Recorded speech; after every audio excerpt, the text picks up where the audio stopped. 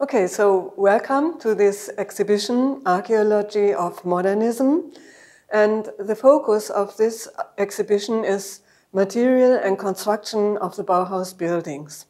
And, you know, this material and construction is so important to understand the buildings because they give shape to the building and the atmosphere and the aesthetic of the building.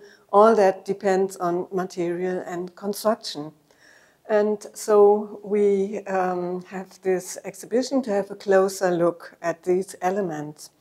And doing this, we have a glimpse behind the facade of these white iconic buildings.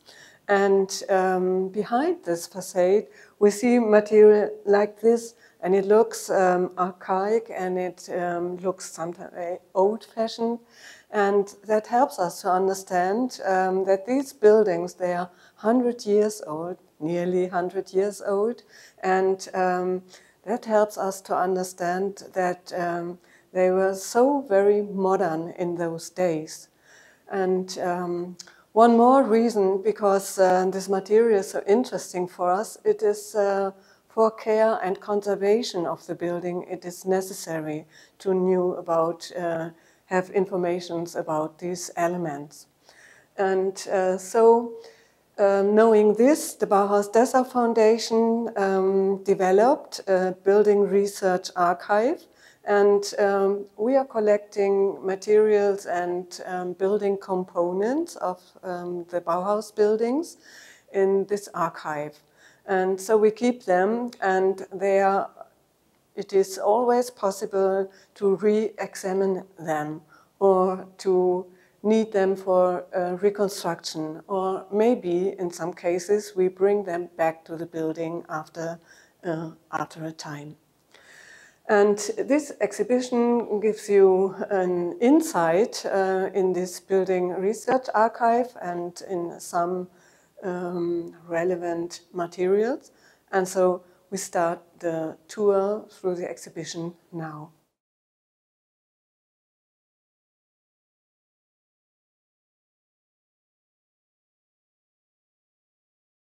So we will have a closer look at some of the Bauhaus buildings.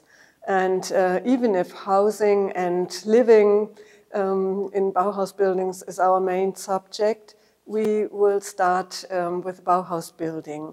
And we start with the Bauhaus building because the use of the then modern material make this architecture so special. And I like to quote Walter Gropius, who said, "These new construction materials, steel, concrete, and glass, have made it possible through their rigidity and molecular density to erect wide-spanned and light-flooded structures." And so this material gives shape to this architecture. And he had a reason to do this.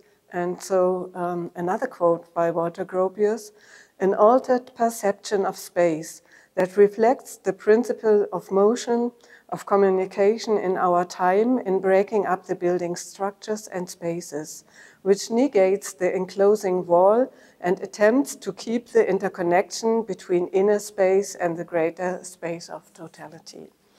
So this new idea of space, of yes, this new idea of space perception is what makes this building so special. And we have this concrete, we have this glass and this steel. And I want to show you one detail of this building because the history of these elements also is very interesting. So what we have here is two steel windows from the Bauhaus building. And at a first glimpse, they look similar. But if you take a closer look at these windows, you will see some differences. So this window has a large opening element that I can open the window. And the other window does not have it. And this window, the glass is held by putty seams. And with this window, we have metal elements. And looking at the fittings, we see that these fittings look different from that, and also this handle, like a Gropius handle, and there's another kind of handle. So looking closer at these two elements, we see there are differences. And this is the original one from 1926, planned by Walter Gropius and North Draht Company. And that is the reconstruction that was built in 1976 when there was a big reconstruction of the Bauhaus building. And it is interesting, in that year, the large and famous curtain wall facade was reconstructed because it had been damaged during World War, and then in 76 it was reconstructed. And at the same time, when that was reconstructed, the original windows like this, they were eliminated from the building and thrown away. But then came these more simple reconstructions into the building. And in some parts of the building, they are still. But the story of this window is ongoing, because when it was eliminated from the Bauhaus building, it was used by people in their gardens. And they made greenhouses out of these windows. And so they survived. And then 25 years later, in 2001, the Bauhaus Dessau Foundation brought these windows from the greenhouse back to the building. And they were very carefully restored and then brought back into the building. And I'll tell you this story because it is so interesting that one element of the building, which was thrown away one day, 25 years later, was estimated very different, and then it was that it had to be very carefully restored. So there has been a change of valuation. And that is one more reason, because it is so important to keep these elements, because we know the valuation of these elements that we have today, that will be 20 years, 25 years later, it will be different. So you see some more materials of the Bauhaus building, and we have this concrete, and we have this glass, which was a very special glass, and also more historic materials as terrazzo. So you see, it was not only modern material used in the Bauhaus building, but also very old material as terrazzo, which has been in use more than 1,000 years ago. And, but the glass is so important for the architecture of the Bauhaus building. Walter Gropius and other architects of the time, they were so fascinated by the possibilities of glass. And so I want to quote Arthur Korn, because he gives a very fine description of glass. And he says, thus the peculiar characteristic of glass, as compared to all materials hitherto in use, becomes apparent. Glass is noticeable yet not quite visible. It is the great membrane full of mystery, delicate yet tough. It can enclose and open up spaces in more than one direction. Its peculiar advantage is in the diversity of the impressions it creates. And walking through the Bauhaus building, you can get a very fine impression of this, what Arthur Korn describes. But then let's pass over to the master's houses.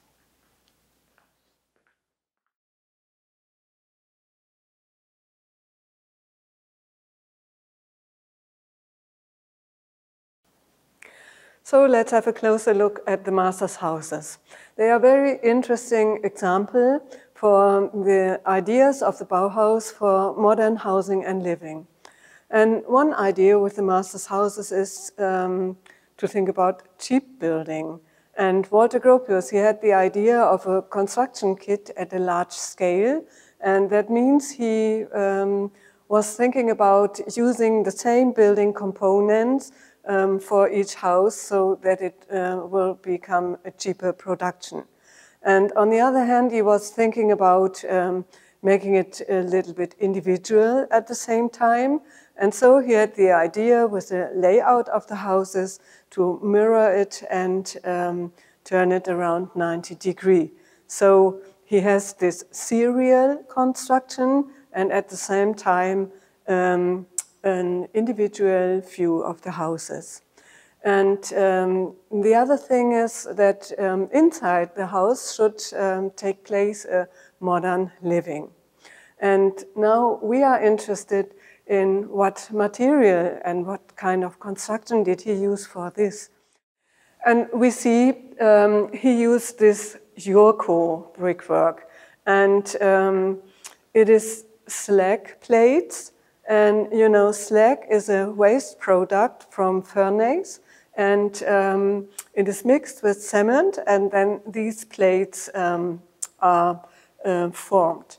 And with this, wall is formed as a double leaf wall with a hollow space between, and then a second layer crosswise, so to give stability to the wall, and then again this double leaf with a hollow space and so on.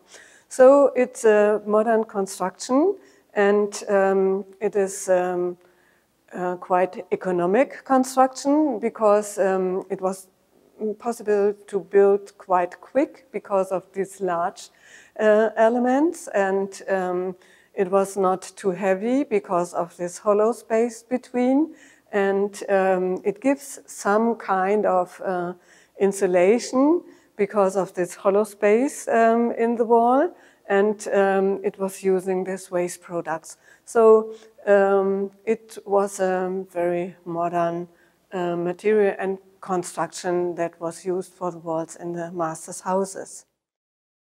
Well, and thinking about insulation was a subject in the 1920s as well as it is today. And that was necessary especially for this modern architecture with these large windows. And so they were thinking about keeping it warm inside the houses. And one thing was using this insulation, and it is torfoleum, and it is from peat, and it is pressed and impregnated, and you could use it for the roof, for the walls, and sometimes also for the floor. And you also can use formed elements of this for insulation of tubes and canals and things like that.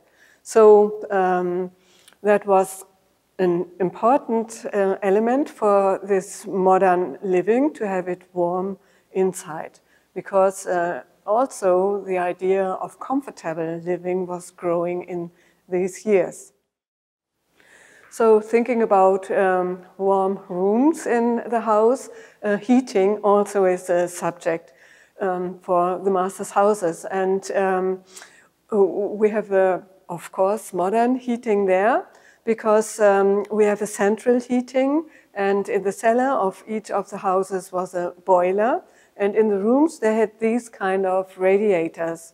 And these radiators, they are different from the traditional cast iron radiators, which were very heavy. And these are not as heavy, and they have some more advantages. So, for example, the heat comes through the steel pipes and is then in an indirect way heating the room. So the surface is not as hot as it is with a cast iron radiator. So these are modern elements, and the way they are built in the masters' houses make them also part of the design of the houses. So these technical elements, they are also part of the design. And one more interesting thing is this bathtub. It is from the Kandinsky clay house, and it shows that bathroom was an important subject in this concept of modern housing, modern living, and it was in each house bathroom with a bathtub, a wash stand, and a radiator, and with a large window. So you see the toilet was separate in another room, and two of them were in the houses. And this bathroom was quite generous and have 3 doors coming from 2 sleeping rooms and from the staircase. And even the bathtub itself is quite generous and of a very special quality. It is a porcelain animal that is used for the surface, and the surface is very dense and smooth, so it is quite easy to keep it clean and hygienic. That was very important in the 1920s and still is today. Well, you see, this bathtub, it had been standing in the garden for years, and so there is some patina on it, and that is not from the use as a bathtub, it is from standing in the garden. And then let's pass over to the flooring in the masters' houses, because that is an interesting feature also. Yeah, one more interesting element of the masters' houses is this seamless flooring. And it's an interesting story with this material, which is called trioline. And it looks a little bit like linoleum, but it is a synthetic product, and it was invented in the 1920s and production stopped in the 1930s. So that was a very short period of production. But how it was invented, that was after World War I. Thank God, the factories producing explosive components, they are closing and no more producing these elements. And people were thinking about, is it possible to have a peaceful production with these factories? And then I found out that one of the elements, that is collodium, that if that comes into a different chemical connection, then it is possible to have this kind of flooring which looks like linoleum. And that was interesting because in those days linoleum was quite expensive, but the modern architects, they liked these kinds of seamless floorings. And so they started the production of this trioline. And at the first look, then it seems to be the same as linoleum. But if you take a closer look at these products, you see it is different colors. It is definitely not the same colors than linoleum has. It is thinner. It gets a different patina when getting old, and it is a different level of glance. So looking closer at this flooring, we see it is different from linoleum, and so it gives a different impact to the room where you find this material. And this is why it is important for us to keep this material in the archive as well, because there's no more production of this. It was in the 1920s that so many products were invented, and not all of them continued production for a long time. And so this stopped production in the 1930s. And now if this flooring is worn out or demolished, it is not possible to substitute it with the same elements, except these few pieces we have in our archive. And to substitute it with linoleum, is not a very good idea because it looks so different, this linoleum. So shows again it is important elements like this not to throw it away but to keep it in archive, because now it is a very high value for us, because it is not possible to substitute it. Okay, then let's have a look at the Tartan Settlement.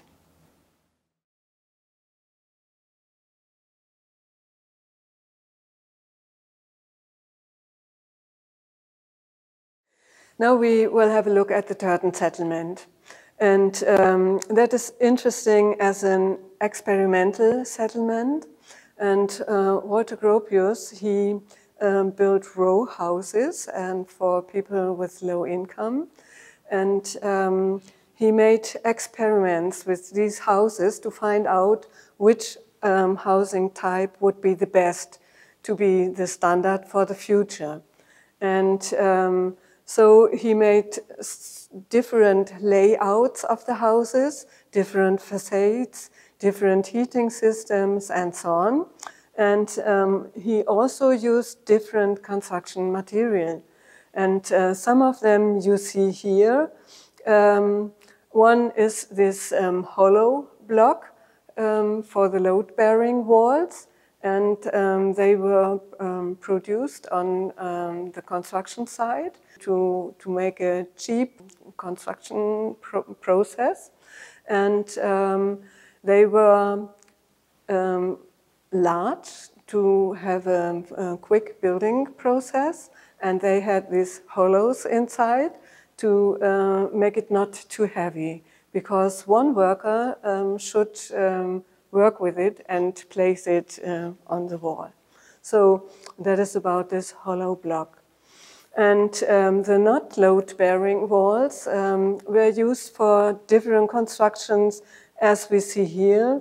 It is a wall that consists of pumice, hollow space, and slag concrete.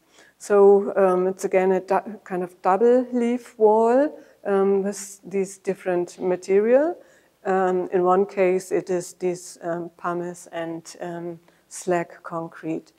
And other things was that it was only this slag concrete, or they used cellular concrete. And so that was different materials and different ways of construction. One other thing that was tested in these houses was the way the heating systems and the bathrooms. And maybe it is interesting to see this Zinc Bathtub. It is an economic bathtub, and it is interesting to compare it with this generous bathtub from the master's houses. And this is very economic. It is saving material because it is small, so it is saving water because it does not fill so much, and it is saving space in these small houses. So this typical economic bathtub. And maybe we see one more element that is important for these houses, because Gropius, he also made experiments with the aesthetic of the facades.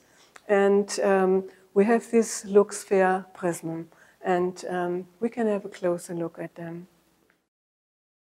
We have heard that glass was a very fascinating material for architects in the 1920s. And also in the Tartan Settlement, there were made some experiments with the different kind of glass, with different windows, with the steel frames, and with glass bricks, and with this look-sphere prism. And this is glass plates, and on one side is a smooth surface, and on the other side there are these prisms. And this made that the light coming in from one side, and then it was possible that the light comes very deep into a room because of it was broken by this prism. And so it was this Luxfer prism was a possibility to optimize the light that comes into a room. And so it was a good feature for dark rooms used. And in Tartan Settlement, they used it for the staircases, and the only window was with this Luxfer prism, and it let the light deep into the staircase. And on the other side, it is not completely transparent, so it was not possible to have an insight into this room. So it's one example, and I think it's a quite beautiful example for experiment with glass in the Tartan Settlement.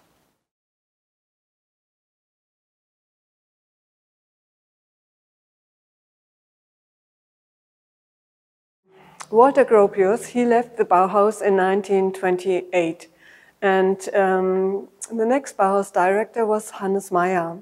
Hannes Meyer, he made some reforms to the Bauhaus school, and one thing was that he also was a master of the architectural department in the Bauhaus. And his idea was to build together with the building department, with the students, to build. And he had the possibility to do that because that Tartan settlement planned by Walter Gropius became an extension. And this extension of the Tartan settlement, it was planned by Hannes Meyer together with the building department of the Bauhaus. And they made then an urbanistic layout, and that was very modern because it was a mix of row houses and multi-story houses. And these multi-story buildings that were houses with balcony access. And they planned not only this urbanistic layout, but also 5 of these houses with balcony access. And the way Hannes Meyer and the students of the Bauhaus planned was different from the Gropius idea, because Gropius, he had this experimental settlement. He made experiments with material construction and so on. And Hannes Meyer, he wanted to build as cheap as possible. And he said, we want to build for the need of the people and not for the need of luxury. And so this is built not with experimental material, but with bricks, solid bricks, where every worker knows how to deal with this material and so on. So it is a different idea in building cheap than Gropius had. And so they built these houses with balcony access and with very small flats inside. And as I said, the material was bricks, and they also used concrete and so on. And one interesting element is this door handle, because it brings together the function of a door handle and of the lock. And that is one unit. And so it looks very economic. And so in a way, it is for me something like a symbol for this very, very economic way of building that Hannes Meyer preferred or built. And you see this here. The flats in the houses with balcony access, they were very small. It was only 47 square meters. And, but these small flats, they are very well organized. And they had quite good technical equipment. So, for example, they had enamel bathtub, as the master's houses had. and some more technical features. And what they also had is these built-in cupboards that helps to use the room in the flats very economic. And another aspect is that there were some features for joint use in the houses with balcony access. So they had a wash house for washing clothes and also a place where the clothes could dry. And they had a playground for children, and they had gardens for each of the flats. So, and some more features. So it was the flats very well organized, but very small, and some other features outside the flats that help to give a very good living quality to these flats. The facades of these houses, they were very economic in design also, and the windows, they were some of them of steel and some were wooden windows, and they have different possibilities to open as it was necessary to bring the fresh air into the rooms. In this exhibition, we also give an impression for what do we use this material we are collecting in the archive.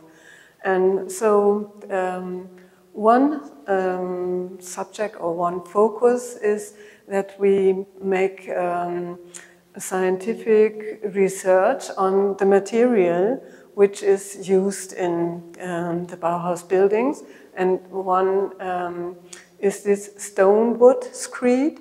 And we made some analysis of the components this stone wood screed consists of, and how to treat it by repair and how to clean it and so on. And also made analysis to reconstruct this stone wood screed. So this material research is one aspect where for what we use these elements of the archive. One other aspect is that we make documentation not only with these building components, but also by photographs and drawings. And we documentate the history of the buildings also. So one example is the history of the masters' houses, where we have, for example, a window that came in the 1939 into the houses when during Nazi time the houses were completely changed. And we see a building, the so-called House Emma, which was instead of the destructed House Gropius or Gropius House had been erected in the masters' houses group, and that has been demolished, and now there is interpretation of the historic Gropius house there. So we make a documentation of the history of the changes in the masters' houses group. And one other focus which is important is that we collect material and not only the building component itself, but also some technical information, some historic pictures, some advertisements and so on, to understand this material and building components better, to help the restoration or sometimes also reconstruction of historic buildings. And we have an example. This is one house in Tartan Settlement where, for example, with information from our archive, it was possible to reconstruct windows and glass bricks for this building.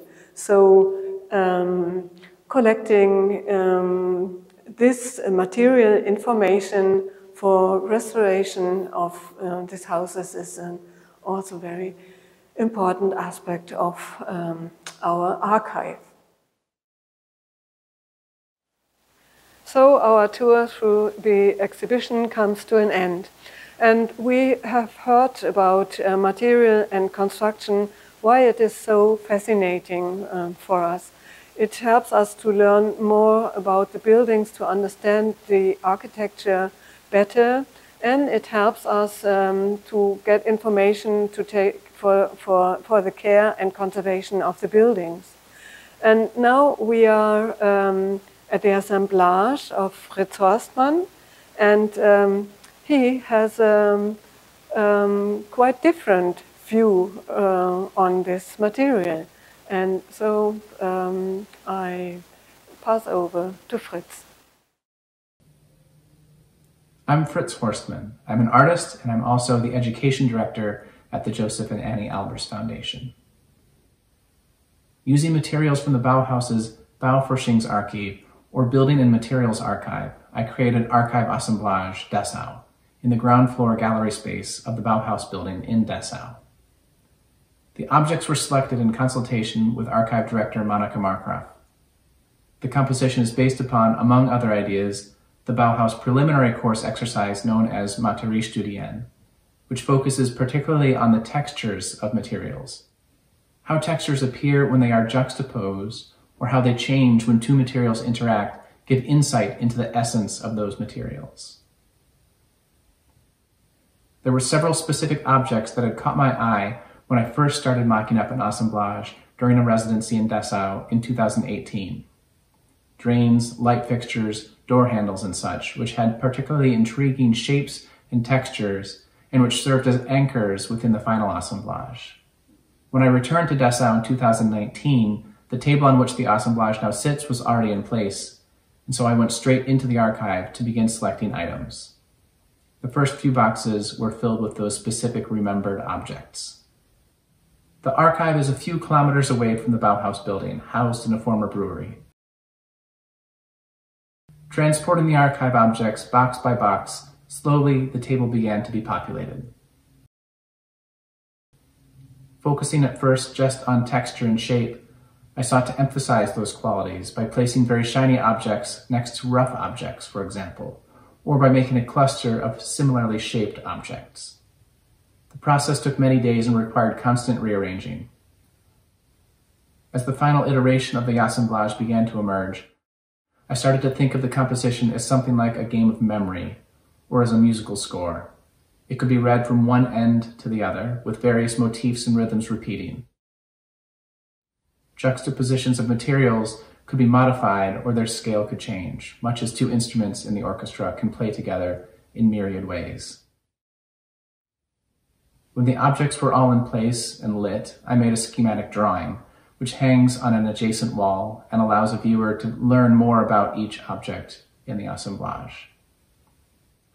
Whether the musicality or inspiration from Materiestudien is clear or not, what I hope I've achieved is a presentation of the objects from the archive that gives them new life, that allows their historical presence and their materiality to speak to a contemporary audience.